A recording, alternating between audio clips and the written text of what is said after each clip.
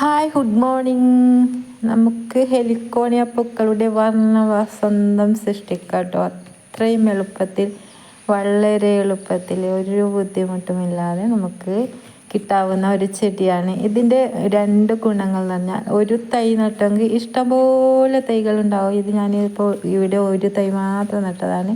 അതിൻ്റെ ഇങ്ങനെ ഇഞ്ചി മുളച്ച് വരുന്ന പോലെ അതിനും ഇങ്ങനെ പുതിയ മുകുളങ്ങൾ വന്ന് തൈകൾ ഇങ്ങനെ വന്നുകൊണ്ടേയിരിക്കും. അതുകൊണ്ട് ഒരു പ്രാവശ്യം ഒരു തൈ നട്ടെങ്കിൽ ഇഷ്ടംപോലെ തൈകളുണ്ടാവും. അതുപോലെ തന്നെ നമുക്ക് അതിൻ്റെ ഇടയിൽ വേറെ വേറെ പൂവിൻ്റെ തൈകളും നട്ടു കൊടുക്കാം.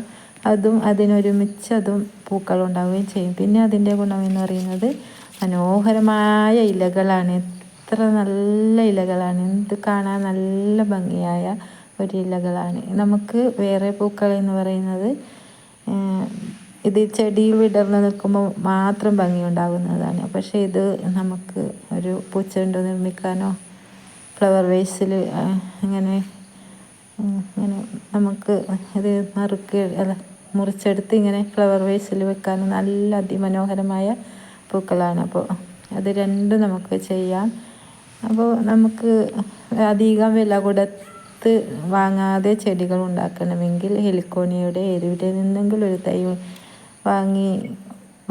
വാങ്ങുകയോ അടുത്ത വീട്ടിൽ നിന്ന്. ഇപ്പോൾ എനിക്ക് ഇവിടെ ഇഷ്ടം പോലെ തൈകളുണ്ട്. ആർക്കും ആവശ്യമുണ്ടെങ്കിൽ ഞാൻ തൈകൾ കൊടുക്കുന്നതായിരിക്കും. 10 പോലെ തൈകളുണ്ട് എനിക്ക് ഇവിടെ. ഞാനിത് ഇപ്പോൾ മതിലിൻ്റെ സൈഡിലും എല്ലായിടത്തും നട്ടിട്ടുണ്ട്.